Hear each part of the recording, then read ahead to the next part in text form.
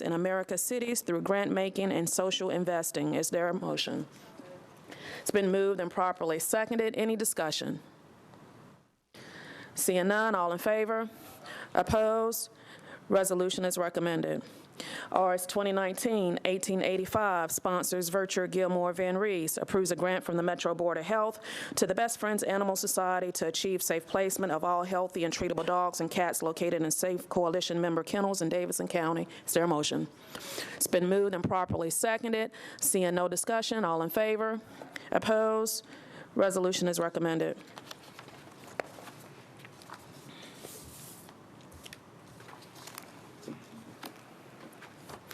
RS 2019-1886 sponsors Virtue and Withers, approves an amendment to a grant from the Tennessee Department of Finance and Administration to the Nashville Career Advancement Center to serve youth and young adults with trauma. Is there a motion? It's been moved and properly seconded. Any discussion? Seeing none, all in favor? Opposed? Resolution is recommended. RS 2019-1887 sponsor Virtue, approves the Metro Government General Sessions Court's participation in electronic monitoring indigency fund of the state of Tennessee. Is there a motion? It's been moved and properly seconded. Any discussion? Seeing none, all in favor? Opposed? Resolution is recommended. RS 2019-1888 sponsors Virtue and Roberts, approves an interlocal agreement between the Emergency Communications District for Nashville and Metro Government for the provision of services and reimbursement of costs pertaining to enhanced 911 services. Is there a motion? It's been moved and properly seconded. Any discussion? Seeing none, all in favor? Opposed? Resolution is recommended. RS 2019-1889 sponsors Virtue and Roberts, approves a Victims Crime Act grant from the Tennessee Department of Finance Administration to the Metro Nashville Police Department to fund the positions of Police Crisis Counselor 2 and Victim Advocate. Do have a letter of approval. Is there a motion? It's been moved and properly seconded. Any discussion? Seeing none, all in favor? Opposed? Resolution is recommended. RS 2019-1890 sponsors Virtue and Roberts, approves a Project Safe Neighborhoods grant from the Tennessee Department of Finance and Administration to the Metro Nashville Police Department to create and foster safer neighborhoods through a sustained reduction in violent crime. Is there a motion? It's been moved and properly seconded. Any discussion? Seeing none, all in favor? Opposed? Resolution is recommended. RS 2019-1891 sponsors Virtue and Syracuse, approves a grant from City Lab to the Metro Arts Commission for general operating support funds to cover program and travel expenses for one employee to the 7th Annual City Lab Conference in Washington, D.C. Is there a motion?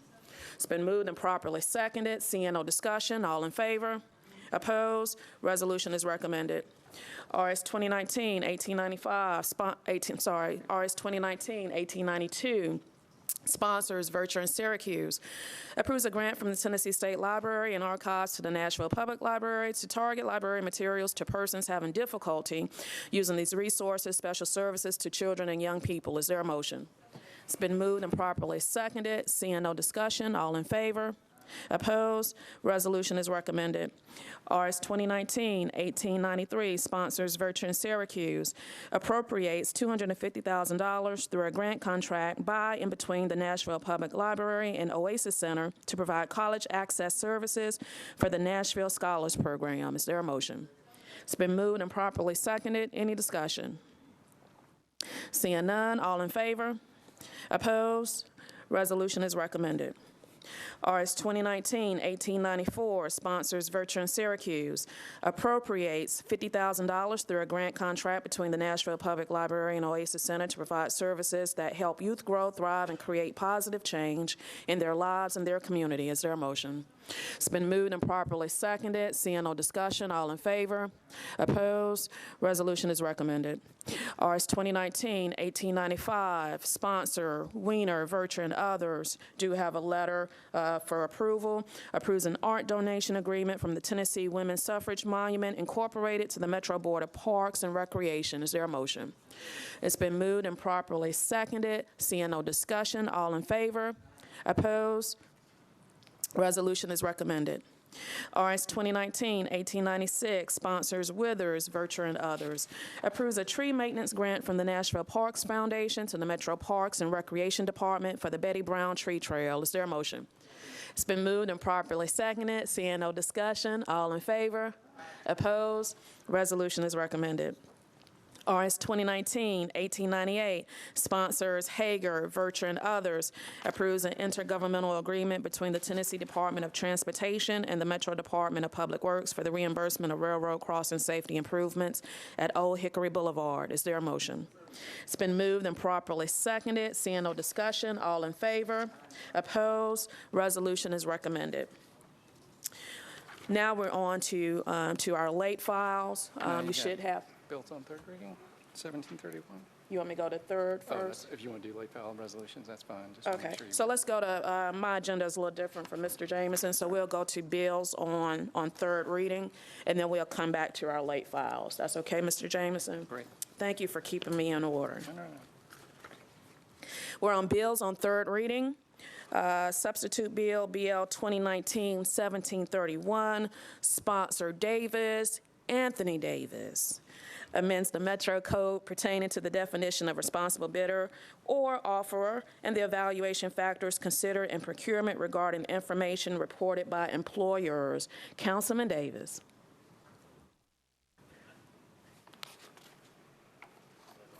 You're on. Let's see. I'm going to turn you off and then turn you back on.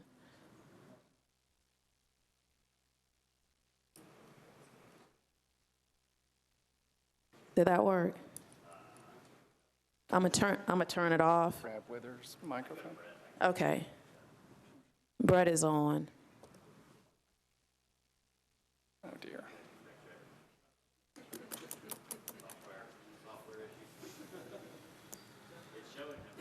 That's that good old budget. Hang on. If Austin will hit that. We got Austin. Give us 1 second, Councilman Davis.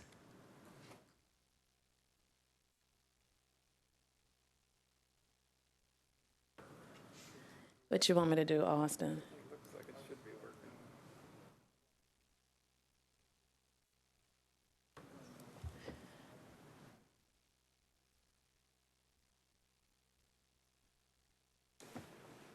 Try it again now, Anthony.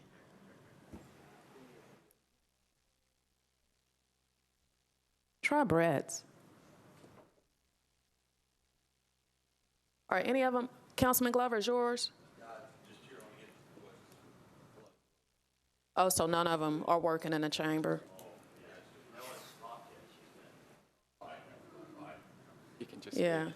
okay. Just speak loudly. So just for the viewing audience, Councilman Davis, I apologize in advance if you can speak loudly as it relates to your bill that's on third reading. And for committee members that's coming in, we're on bills on third reading.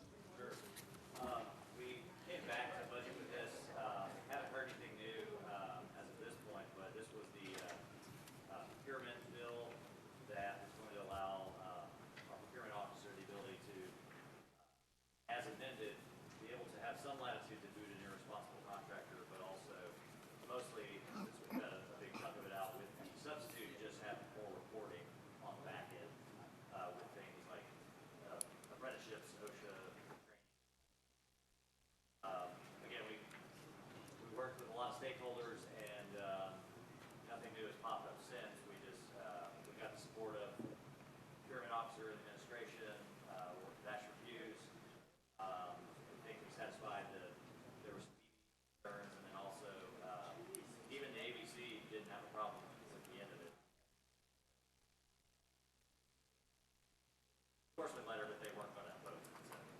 Thank you, Councilman Davis. And I think it was approved and then re-referred back just out of caution, just to make sure no other nuances came about. You want to go ahead and make your motion? He's moving for approval. Is there a second? It's been moved and seconded. Any discussion? Seeing none, all in favor? Opposed? Bill is recommended.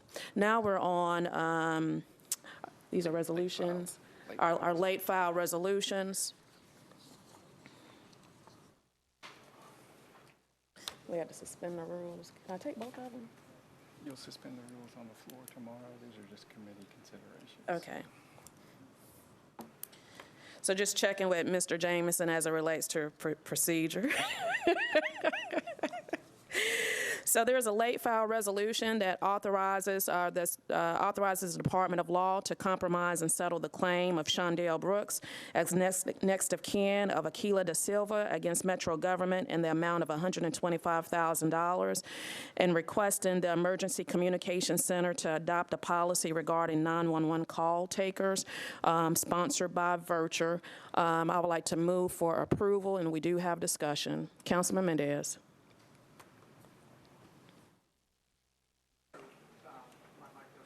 It's not going to work. So I guess just, I learned earlier today that I guess this is not like our usual settlements where it's recommended or agreed by the department. And I guess I just wanted to hear more about whether my sense that this is unique among settlement resolutions we've had, whether that's right, and just get the administration.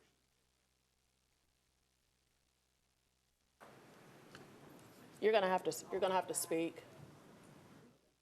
Yeah. Are any of these microphones working that somebody can pop up and just? This one is. I don't know if those are. Ain't none of them working. Try it again. Try it again. Try to, yeah, ain't none of them. Try that one again. No, The middle one. no. Maybe is the public table. Mr. Honeysuckle, can you see if that microphone is working? No. Give me 1 second. Let me clear these out. Try it now to see if that one is working back there. Yeah.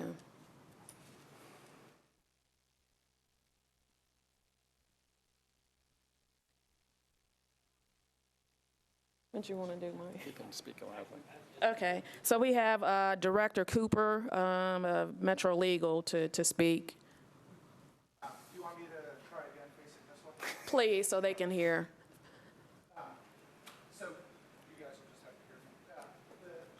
My sense is that this is unique from settlements we've done before because it's not approved by legal. And I was looking for two things. One, for confirmation whether this is unique resolution, and what the administration's take on this. Director Cooper. Councilman, yes, this is unique to my knowledge. It's the first time there's ever been an effort to settle a case through the council that was not recommended by Metro Legal. I can give you some reasons for why we aren't recommending it at this point. We are in the very early stages of the litigation. In order for Metro to be liable under state law, the government or its employees would have to have acted with gross negligence, which is a higher standard than simple negligence. That's essentially a reckless disregard for some duty that the government would have. Based on the facts that we have at this point from ECC, we do not believe that Metro acted with gross negligence and therefore would not be liable. So the only time we bring settlements to the council are when we think that there's either a good likelihood we'll lose the case or the cost of litigating the case would substantially outweigh the amount of the settlement. So we just think at this point it's premature to be settling a case that we do not believe, at least based on in the early stages of discovery, that we have any liability. I'll be happy to answer any questions about the case. We also have Chris Lackey here, who's the attorney in Metro Legal handling the case, as well as representatives from ECC. And we also have counsel here that's representing the family also. Did someone press? Oh, so you're up here now. Yeah. Okay. Councilman Pulley. Yes, I have a couple of questions. You answered one of them already with respect to Department of Law's position on this. We don't have an analysis, but in the second paragraph of the resolution, it talks about 911 callers incorrectly dispatching emergency response to the Waffle House. That's a fact. Can you speak to that and what evidence you have of that issue?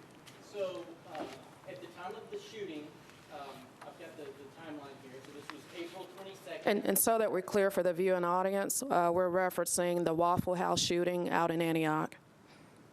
So on April 22nd, at approximately 3:24 a.m., wireless microphone with ECC unplug your started microphone. We'll receiving get past this multiple in the calls chamber, but about a sure. shooting at Get out of your Waffle way. House. They called takers, those receiving the calls, Maybe we don't attempted to find out the location from the people that they were talking to. They were not able to get That plugs in, an actually. address for where this was happening. It was determined that it was from a Waffle House to Murfreesboro. In there. So the system that the ECC dispatchers were looking at had the address of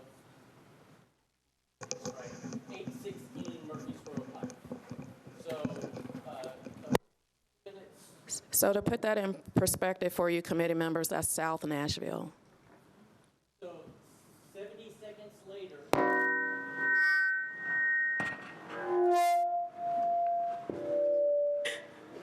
1 second, Director Cooper.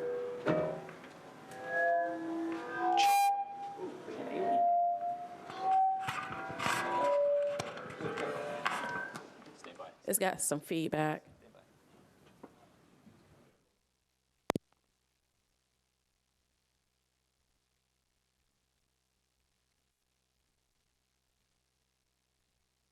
No, 1 second. He's going to give you the microphone. We have committee members moving as close as they can to hear you.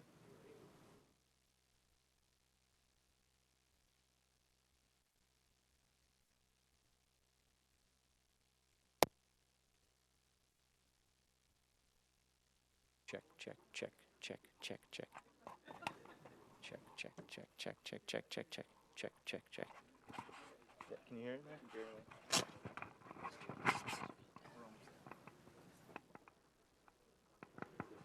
Check, check.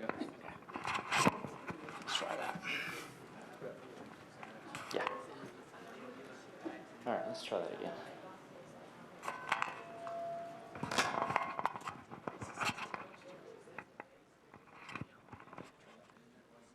okay. Okay, go ahead now. Director Cooper, if you can, I don't know, just start all over. Okay, so approximately 3:24, the ECC operators started receiving 911 calls about a shooting at Waffle House. The ECC call takers tried to ascertain the location. There was quite a bit of confusion going on when all these calls were coming in, while an active shooting was taking place. The original dispatch was to, 618 Murfreesboro Pike. I'm sorry, 816 Murfreesboro Pike. 70 seconds later, it was determined that this Waffle House, where this incident was happening, was another location on Murfreesboro Pike, and the dispatch gave the correct address of. So that was 70 seconds later that the new dispatch went out that it was 3571 Murfreesboro Pike. So in order for the plaintiff to prevail at trial, it would have to be shown in our interpretation of the law that Metro acted with gross negligence and that Metro's actions caused the death of this gentleman. And so we are at the very early stages of the litigation. We filed a motion to dismiss, which is typically what you do in litigation to try and narrow some of the claims. Some of the claims were allowed to go through. The judge hasn't ruled on a couple of the arguments in the motion to dismiss. And so we've just started depositions. If it is determined through discovery that Metro did act with gross negligence, or we think there is a good argument a court would find that, then we would certainly entertain settlement discussions. But at this point, we think as stewards of the taxpayer dollars, it would not be prudent to settle the case before we have any evidence that we have liability. Stated that there was a location. So my question relating to the last issue is, what is the evidence? Is there evidence to indicate whether or not this was properly reported or improperly reported, which may have led to the improper location as to where they were originally sent?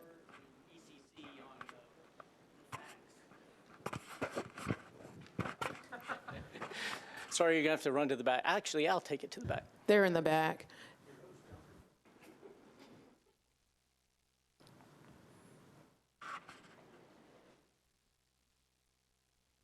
I think the question is whether things were reported correctly or... Could you clarify on reporting? Just for the viewing audience, if you can state your name and your position. Bruce Sanchgren with the Emergency Communications Manager. I'll clarify the question. Yes, sir. It's alleged here that it was incorrectly dispatched. So what about the reporting to the dispatcher of the original incident? Was that reported correctly and then incorrectly dispatched? Is that how that happened? I'm still not understanding the reporting.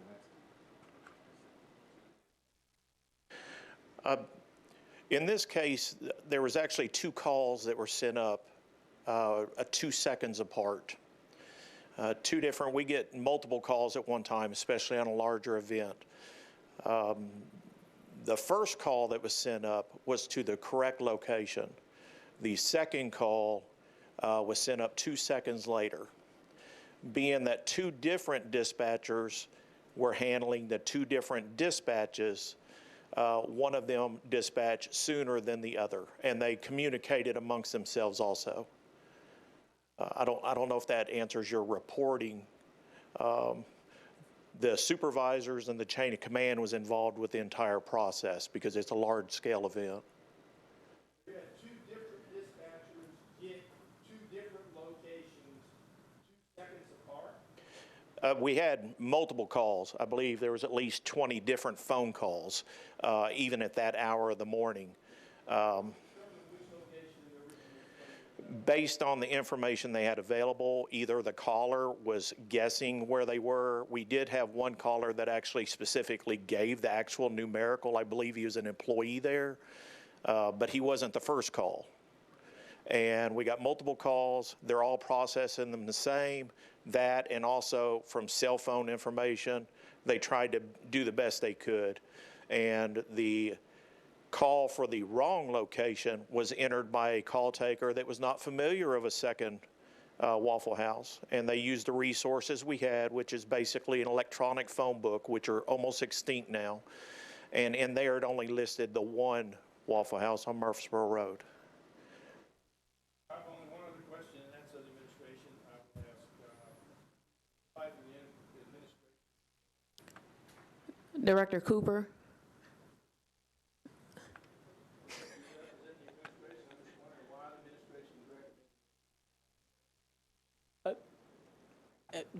The administration has not weighed in on this. It is That's not accurate. Actually, yesterday, the mayor, this past weekend, the mayor took an opportunity to be with the family, and then he also referenced this incident yesterday at the forum. So there's a disconnect between the mayor and Director Long.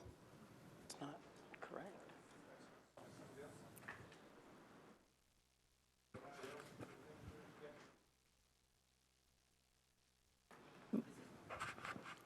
At the forum, the mayor did not recommend this specific settlement case specifically. He did talk about the incident, but not this legal case, not at the NOAA forum. So, is this filed by one of us? I filed the resolution, Councilman Pulley. And to be clear, we can't always yield our authority to the executive branch.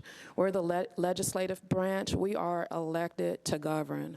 Councilman Mendez mentioned that this is unprecedented. Absolutely. The shooting at the Waffle House was unprecedented also.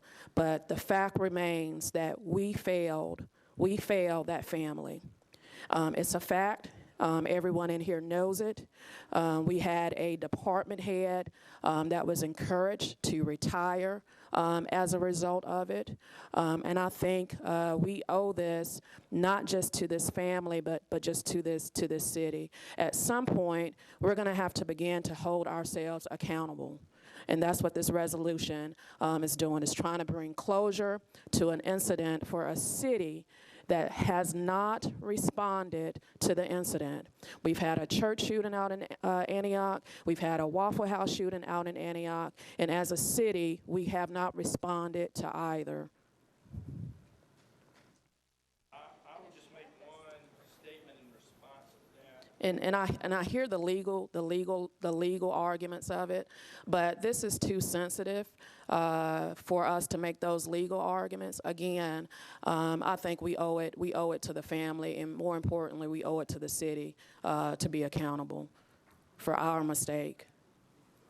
I will tell you, my position on this is I feel very badly for the family. It's a terrible incident. No one wants to go through this. No one wants to see our city, anything like this happen in our city, and I feel very badly for everyone who was involved in this.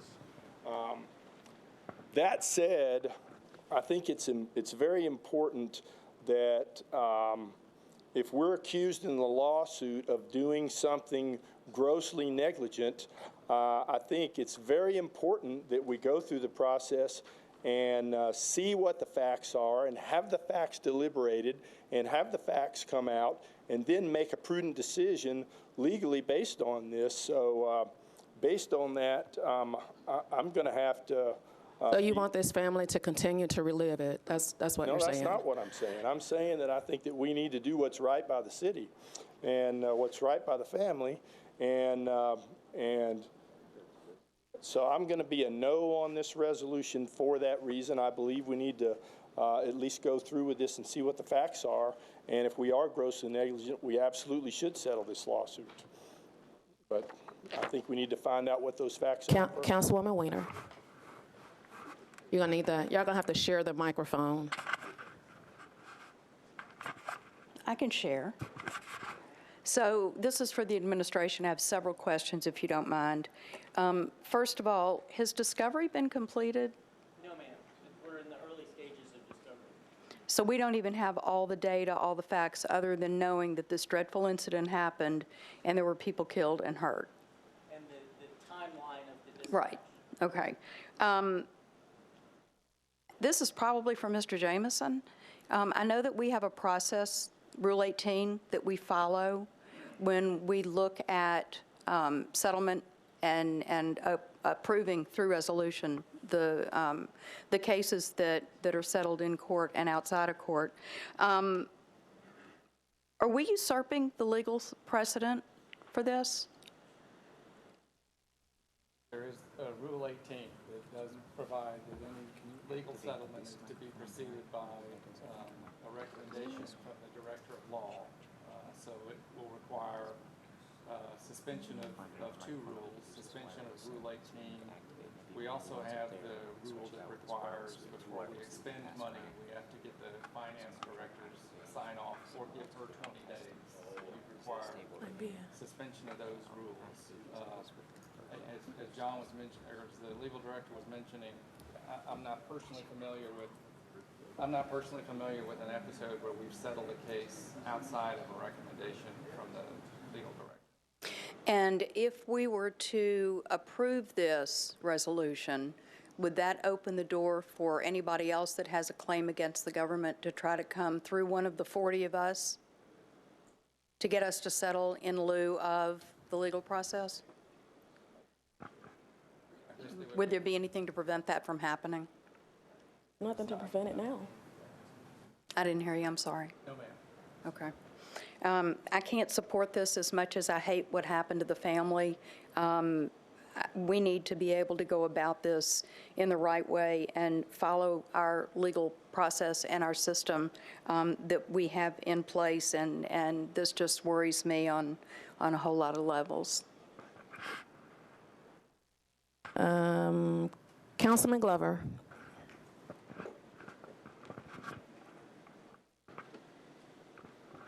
Thank you. Mr. Jameson, I'm not an attorney, but let me, and again, I don't think any of us want to see the family continue to suffer, but I don't think settling this is going to make that go away. I mean, this is money only, and so I just to remove the emotional part of it, what scares me about this discussion right now is, will the attorneys use this meeting now as further discovery to hold it and kind of, I mean, to where it puts the government in a awkward position as far as making a premature settlement because maybe we've jumped the gun here, you know, I don't know the way the law works. I do know that this doesn't feel right about the way we're proceeding with it. I think all of us want to make sure the right thing is done for the families involved, for all families involved. However, I think that we also have a responsibility to the taxpayers of Nashville to make sure that the process is followed, because that's what I was asking Councilman next door here to me. It was, you know, is this kind of the normal? And what I'm hearing is no, this certainly is not. So you, Mr. Jameson, and Director Cooper, if you want to answer that, that's one of the things that bothers me about this discussion. To my recollection, it would be a first. I believe all other settlements have been preceded by a formal recommendation from the legal director. Mr. Cooper, do you have an? 18 years I've worked with the council. That's correct. All right, hold on. No. I'd like for him to be able to say that. So I started with the council in 2001 and have been handling settlements since then, and this is the first time that a settlement has come to the body without the law department's recommendation. Thank you. And the attorney in the back. We're going to give you the microphone. Look here, I got an aide that can't. Thank you, Madam Chair. First off, to my fiscal, Jamie Holland, on behalf of the estate of Keila Da Silva, to my fiscally conservative friends, broadly speaking, settle for 125 now or 300,000 later. But on April 22nd, 2018, a mass shooter opened fire on innocent victims from outside a Waffle House on Murfreesboro Pike in Antioch. At least 4 callers called in giving Metro the GPS coordinates of the tragedy. But when first responders were dispatched, they were sent to 816 Murfreesboro Pike, which is the Waffle House on Spence Lane, 9 miles away. I mean, that's the difference between daylight and dark. And in some of their documents, the government concedes that the first responders that went to the wrong address, they had to clear that building. They had to complete doing their job, not stop, get another call, go somewhere else. So it lost more time. On almost every computer keyboard, if you look at your keyboard, there's a key at the top right. It says F11. If the 911 dispatcher employed in the Metro Emergency Communications Center had pressed this one key, F11, they would have seen accurate coordinates instead of using the wrong address pulled from some poorly managed database, which we just heard was an electronic phone book. The 3517 location got their UNO from the codes department on November 17, 2017. The mass shooting took place 5 months later. And so they didn't have it in the record. The government had the address in their possession. Keila Da Silva would have received medical care he needed much faster in a situation where every second counts. In case you forgot, Metro Police might have apprehended the shooter on the scene instead of going on a 34-hour manhunt.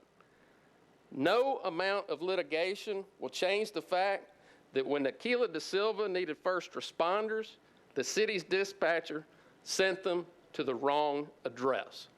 Metro made a horrible mistake. No drawn-out discovery process will change that. No expensive expert testimony will change it. No trial will change it. Everybody in this room, I submit, knows we made a mistake. We blew it. This resolution allows the city to settle the lawsuit for much less than the $300,000 limit of the Government Tort Liability Act. And it will let Aquila da Silva's family close this chapter and avoid reliving in painstaking detail that April 2018 tragedy, which is unthinkable when it could have been avoided entirely and for far less cost. If you have any questions, be happy to answer them. Thank you, Madam Chair. Thank you, Mr. Holland. Any other discussion? Oh, Councilman, we're going to have to bring the microphone to you.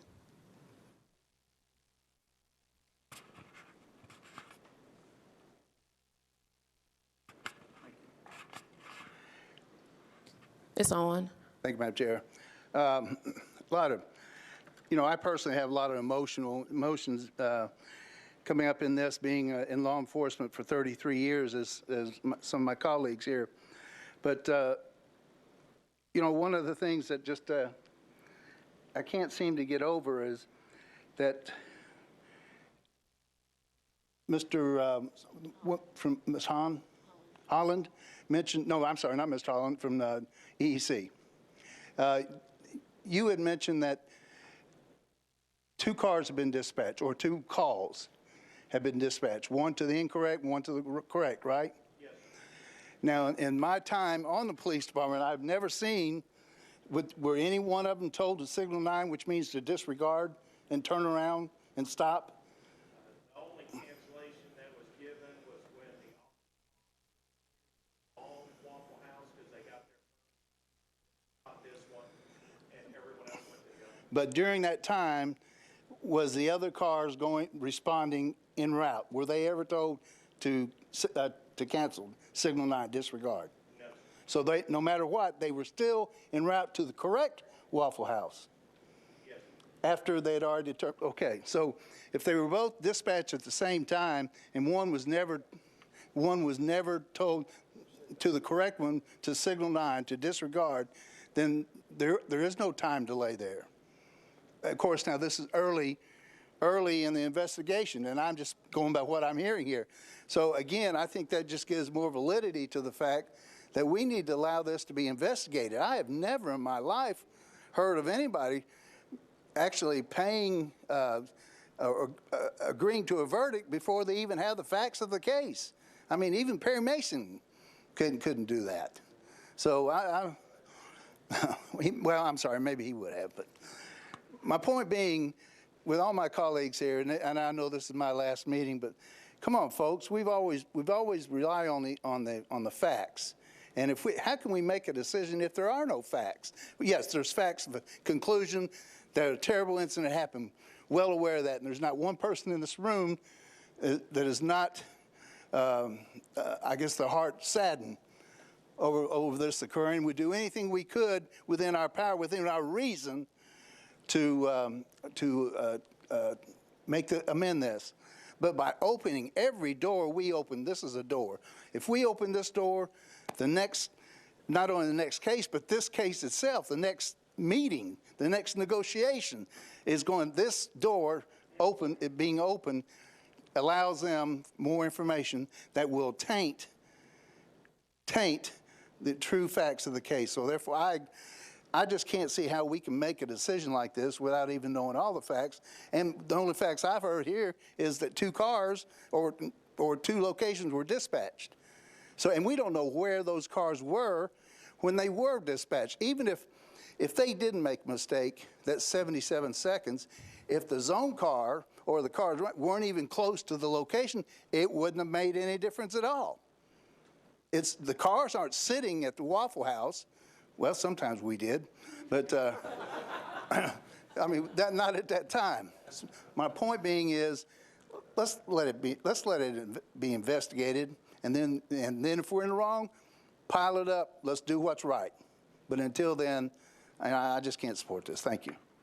Thank you, Councilman Pridemore. I think I've conveyed the seriousness of this. I know the family. I know what they're enduring. But I'll go to Councilman Mendez. Thanks. For purposes of today, I'm willing to assume that everything in Mr. Holland's closing argument is completely true and correct. And my point would be that for today, even if everything is assumed to be true, just the way he said, we're setting a precedent of the Metro Council being either a party to all future negotiations or to be the judge, and based on literally, I mean, no agenda analysis even. And so even assuming everything he says is 100% right about the case, this is still just a terrible practice to invite the council. We can be sure that going forward, any litigant that who can get a council member to propose a settlement, even if it's a perfectly reasonable settlement, then we're outside the norms for how litigation ought to work. And unless we're going to have a committee that gets briefed on both sides and the facts, and you know, heck, if we're going to be the judge, we ought to at least get as much information as a judge might get first. Just on principle, I'm opposed to the idea of injecting the council to be a litigant or a judge. That's not the way these work to deal with litigation. Thank you, Chair. Any further discussion? Seeing none, we'll vote on. Go ahead. If you're going to make a formal motion, you'll need to move to suspend. Okay, I'm moving to suspend. I didn't think I had to do that in committee, but I'm moving to suspend the rules for it. We've already discussed it for it to be considered before the committee. So just to clarify, on a late filed matter, it's a little bit difficult with a late filed matter. Those don't typically require suspension of the rules in committee. But because this is a Rule 16 spending of money, but if you're going to offer a formal recommendation, you're free to discuss anything you want. But if you're going to offer a formal recommendation, that does require suspension of Rule 16. Okay, I move. Vice Chair Roden. I can yell it out. If we don't suspend the rules tonight, will it still be taken up tomorrow night? Yeah, I will move to suspend the rules. Okay. No matter what we do here, I'm sorry. I mean, if no matter what, she still could move to suspend tomorrow? Correct. Okay.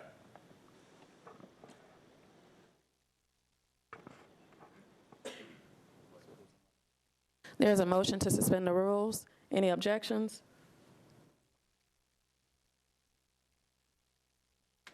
Now I make a motion to move it. Okay, now I want to move for approval. I need a second. It's been moved and seconded. We've had our discussion. All in favor? 2. Opposed? No. Okay. Hold them high. We're going to take a roll count.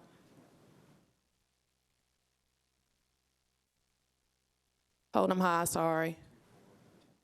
Okay, thank you. 10 for, 10 against, motion for approval fails. I'm sorry, 2 for, 10 against, motion for approval fails. Resolution won't be recommended by Budget and Finance, right? Okay. And now we have a second late file.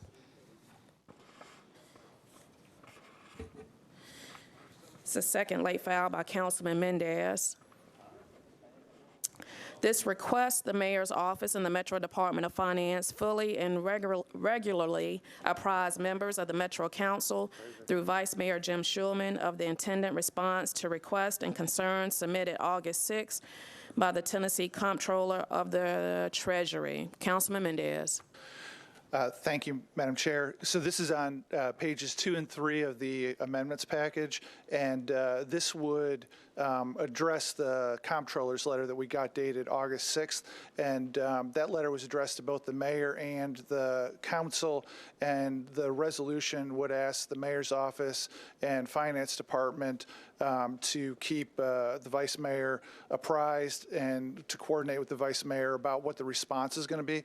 There's some responses due by September 20th, and we're not going to have an opportunity as a council to fully participate, but the letter is addressed to us, and so the idea is to, rather than in the face of a letter addressed to us, just doing literally nothing before September 20th, we would pass this resolution asking the administration and finance to keep Mr. Schulman apprised and to coordinate with him about what the response is going to be. And with that, I would move approval. I thought we wouldn't have been like this.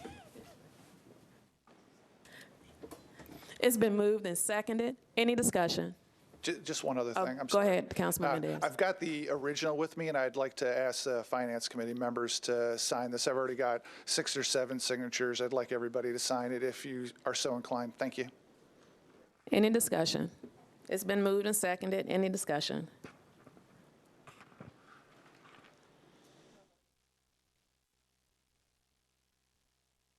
Does he need to suspend the rules, too?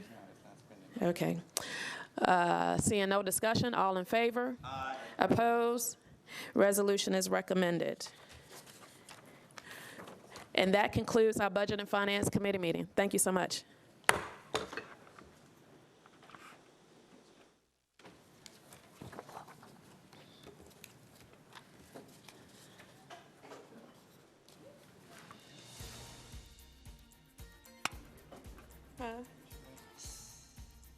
This has been a service of the Metro Nashville Network. If you would like to see this presentation again, or for more information about this and other programs, visit nashville.gov.